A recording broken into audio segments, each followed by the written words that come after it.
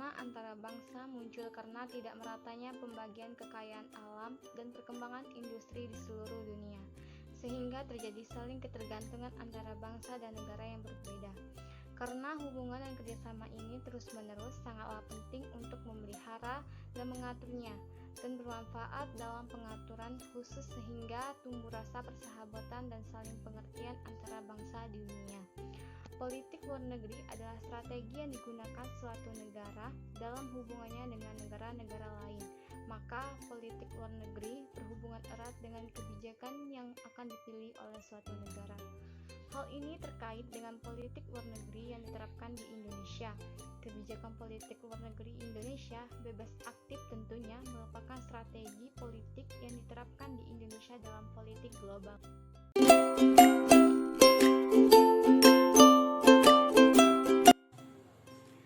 Selanjutnya, agar prinsip bebas aktif ini dapat dioperasionalisasikan dalam politik luar negeri Indonesia, maka setiap periode pemerintahan hendaklah menetapkan landasan operasional politik luar negeri Indonesia yang senantiasa berubah sesuai dengan kepentingan nasional.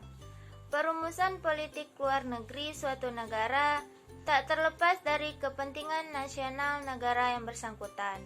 Dengan kata lain, ketika kepentingan nasional suatu negara terancam, maka politik luar negeri akan dikeluarkan sebagai salah satu upaya dalam mengamankan kepentingan nasional negara yang bersangkutan. Sengketa internasional merupakan suatu perselisihan antara subjek-subjek hukum internasional mengenai fakta, hukum atau politik, di mana tuntutan atau pernyataan suatu pihak ditolak, dituntut balik atau diingkari oleh pihak lainnya.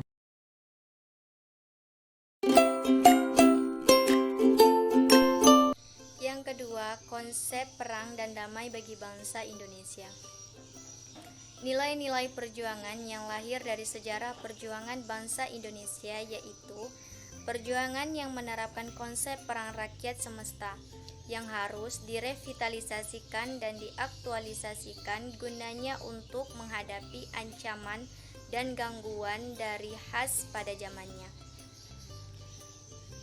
Hal ini disampaikan oleh Kasat Jenderal TNI yang bernama Djoko Santoso pada upacara penutupan pendidikan kursus strategi perang semesta yang disingkat dengan KSPS pada tahun 2007 yang berlangsung di Aula Dr. Satrio, Sekolah Staf dan Komando Angkatan Darat yang disingkat dengan Seskoat di Bandung hari Rabu pada tanggal 22 bulan Agustus.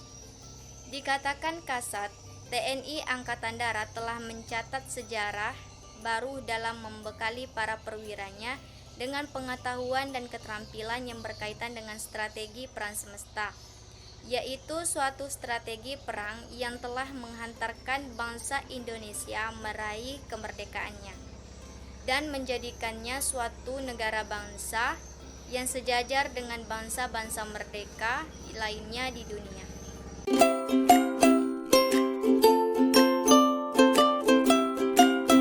Ditambahkan, perang bukanlah semata-mata dominan militer, tetapi perang telah menjadi bagian tidak terpisahkan oleh masyarakat luas.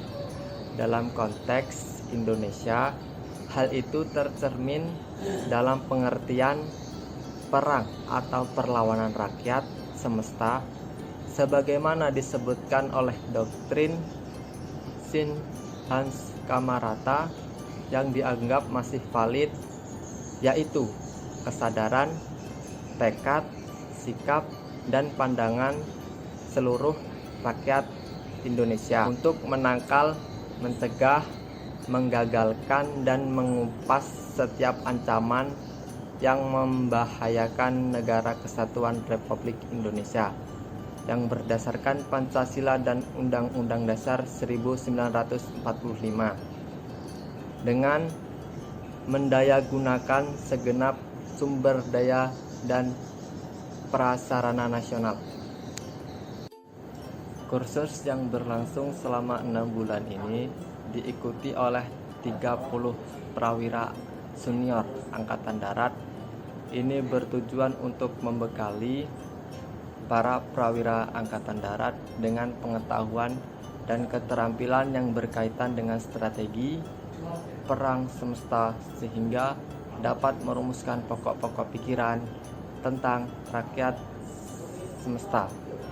Bagaimana perang semesta itu disiapkan, bagaimana perang rakyat semesta itu dilakukan, dan bagaimana mengatasi akibat-akibat yang ditimbulkan dari perang rakyat semesta itu.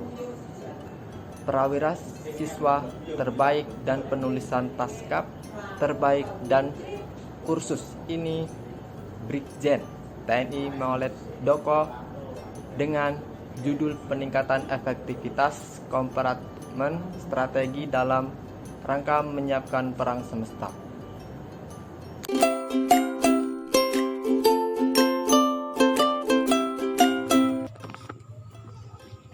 Konsep hankam rata. Pertahanan keamanan rakyat semesta adalah sistem pertahanan negara yang dianut oleh Indonesia sesuai Undang-Undang Republik Indonesia Nomor 34 Tahun 2004. Hankam rata adalah sistem pertahanan yang bersifat semesta yang melibatkan seluruh warga negara, wilayah dan sumber daya nasional lainnya, serta dipersiapkan secara dini oleh pemerintah dan diselenggarakan secara total, terpadu, terarah, berkesinambungan, dan berkelanjutan. Untuk menegakkan kedaulatan negara, mempertahankan keutuhan wilayah negara kesatuan Republik Indonesia, dan melindungi keselamatan segenap bangsa dari setiap ancaman.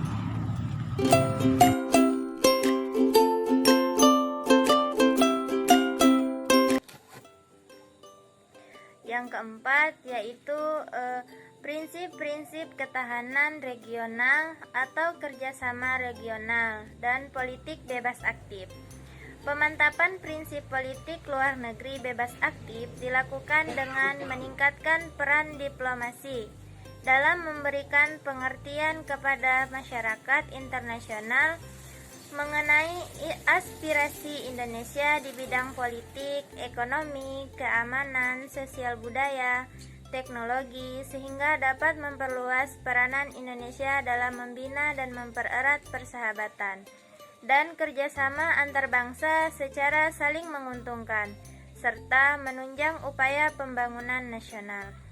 Kemudian, meningkatkan partisipasi masyarakat dalam hubungan luar negeri, yang meliputi kegiatan anak, pemuda, remaja, wanita, dunia usaha, ulama, seniman, dan budayawan, serta cendekiawan melalui berbagai kegiatan yang dapat membantu terciptanya citra positif Indonesia di mancanegara dan meningkatkan upaya melindungi kepentingan dan hak-hak warga negara Indonesia di luar negeri.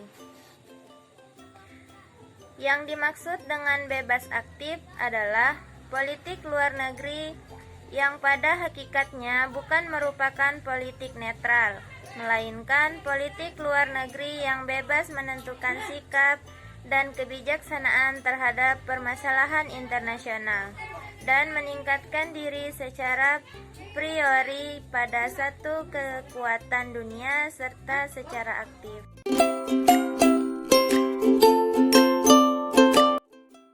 Peningkatan kerjasama regional dilakukan dengan yang pertama yaitu meningkatkan kerjasama negara ASEAN dan melanjutkan kerjasama di antara negara-negara ASEAN baik secara bilateral maupun trilateral.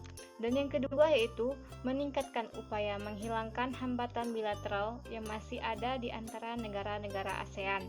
Dan yang ketiga, membuka peluang bagi negara-negara tetangga lainnya untuk memasuki kerangka kerjasama baru dengan ASEAN.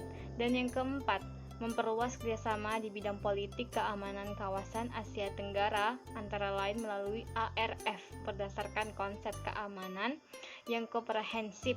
Dan yang kelima, memperluas kerjasama ekonomi di kawasan Asia Pasifik antara lain melalui APEC dengan memperhatikan kepentingan Indonesia, ASEAN, dan negara-negara berkembang lainnya di kawasan tersebut.